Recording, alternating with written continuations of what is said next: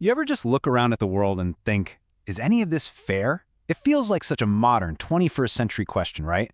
Well, today we're going to dive into a poem that's 3,000 years old, and it's asking that exact same thing, one of the toughest questions we've ever faced. I mean, this is the heart of the problem, isn't it? If there are these powerful, just beings supposedly in charge, why does life so often feel so random and, frankly, so cruel? This very question is the engine that drives an ancient Babylonian text. And let me tell you, the answers it comes up with, well, they might just surprise you.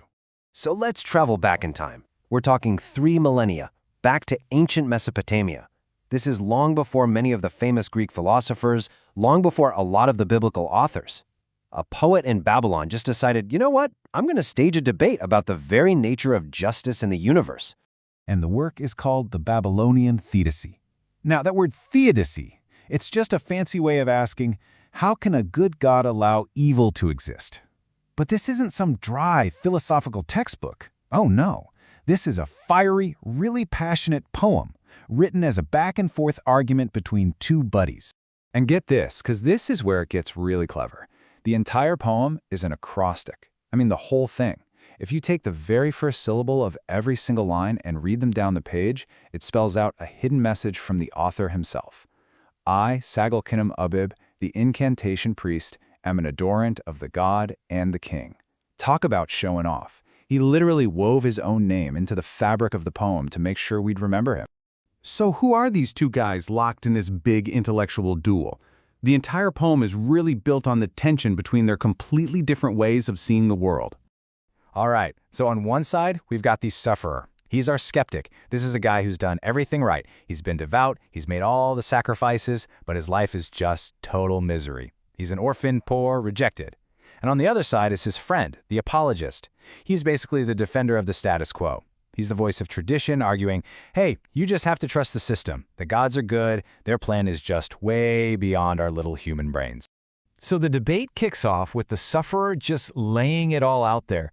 This isn't some abstract thought experiment for him. This is the painful reality he lives every single day. He basically says, look, I've followed all the rules. I've prayed, I've worshipped, and what do I get for it? I'm a beggar. All the while I see these corrupt, wicked people getting rich. Even wild animals, lions and donkeys who just live by violence, they're doing better than I am. It's just this raw, powerful complaint against divine justice itself. And the friend's response is, well, pretty much what you'd expect from the guy defending tradition. He says, whoa, calm down. Your anger is making you crazy. Look, riches don't last. The bad guys will get what's coming to them. You just need to stick with it, keep praying, keep doing the rituals, and things will turn around. It's a call for patience, right? It's rooted in this idea that the gods are these distant forces and we can't possibly understand their grand plans. But the sufferer is not having it. He's not satisfied with these easy answers. So he ramps up his argument, moving from his own personal story to a full-on critique of the society he sees all around him. He paints this incredibly powerful picture, saying, hey, this isn't just about me. Open your eyes.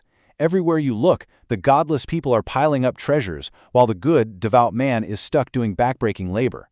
He's using actual evidence from the real world to tear down his friend's faith-based argument. And this is the crucial point he's making. He's concluding that he's not just some unlucky exception, he's the rule. He's launching a direct assault on this whole idea of retributive justice, that neat little formula that says good gets rewarded and bad gets punished. He's saying, based on what we can actually see with our own eyes, being pious is kind of pointless. So this is where the whole debate takes this fascinating and really dark turn. The sufferer has backed his friend into a corner with cold, hard facts, and the simple, happy answers just aren't cutting it in anymore.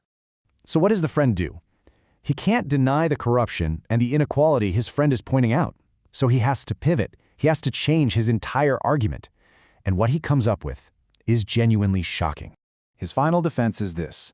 The injustice in the world exists not because the gods are failing, but because they designed us this way. He argues that the gods deliberately made humanity flawed, prone to lying and being oppressive. The problem isn't a bug in the system, it's a feature. I mean, think about how radical that is. Most theologies see human flaws as a rebellion against a perfect design. Here, the flaw is the design. This line is just the chilling peak of his argument. All the wickedness we see, it isn't a rebellion against the divine plan. It is the divine plan. So you can't blame the gods for injustice because they're the ones who built injustice right into our DNA. It's an unbelievably bleak way to see the world. Wow, so after a bombshell like that, how does the poem even end? If you're expecting some big resolution like in the book of Job where God shows up in a whirlwind to set everyone straight, you're in for a surprise. There's no voice from the clouds. The gods stay completely silent. Neither guy convinces the other one. The whole argument just fizzles out. It ends in a stalemate, with absolutely no easy answers. The sufferer doesn't have some big change of heart. He doesn't suddenly go, oh, I get it now. He's just tired, worn out. He stops arguing, and his final words aren't about understanding. They're just a simple prayer for mercy. It's like an act of practical piety. Even if I can't win this argument, I might as well hedge my bets. So what does this whole ancient debate really tell us about how people in Babylon saw the world? Well, it boils down to three big things. First, this belief in gods that are super remote and unknowable, whose plans are just way beyond our understanding. Second, it's this really honest admission that the simple idea that you always get what you deserve, it just doesn't hold up when you look at the real world. And finally, it shows this very practical approach to religion. The sufferer's final plea kind of suggests that, hey, even if the gods are silent or unjust, your safest bet is to just keep worshiping. It's a faith born of resignation, not of vindication. In the end, the Babylonian Theodicy doesn't give us a nice, comfortable answer. But what it does give us is maybe something even more valuable, a brutally honest way to have the debate itself. It validates that anger and confusion we all feel when we look at an unfair world. And it leaves us right there, with the same unresolved tension its characters faced 3,000 years ago, forcing us to really confront just how hard this question truly is.